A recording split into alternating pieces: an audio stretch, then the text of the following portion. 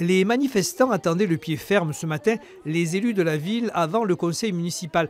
Parmi leurs revendications, le retrait du partenariat public-privé concernant la réhabilitation des écoles et la mise en place de solutions concrètes pour lutter contre l'habitat insalubre. D'après eux, depuis 2014, la mairie aurait dû se substituer davantage aux propriétaires défaillants et faire les travaux d'urgence qui s'imposaient, d'autant qu'une somme de 6 millions d'euros avait été votée pour ça.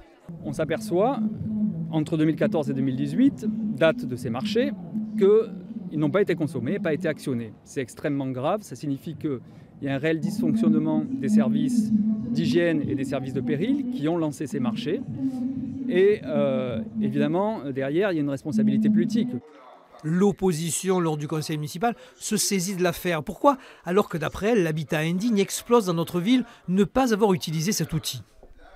Nous avons utilisé l'argent autant que de besoin. S'il n'y a pas de signalement, il n'y a pas d'utilisation de fonds. Nous avons eu peu de signalements au cours des années qui se sont succédés avant le 5 novembre. Il est vrai que depuis le 5 novembre, nous avons beaucoup plus de signalements, de l'ordre de 5 fois plus de périls prononcés. Autre sujet brûlant, les écoles. Les esprits s'enflamment lorsque le maire égrène la liste de celles qui ont été rénovées lors de ces dernières années. L'opposition crie au mensonge, demande le retrait du partenariat public-privé.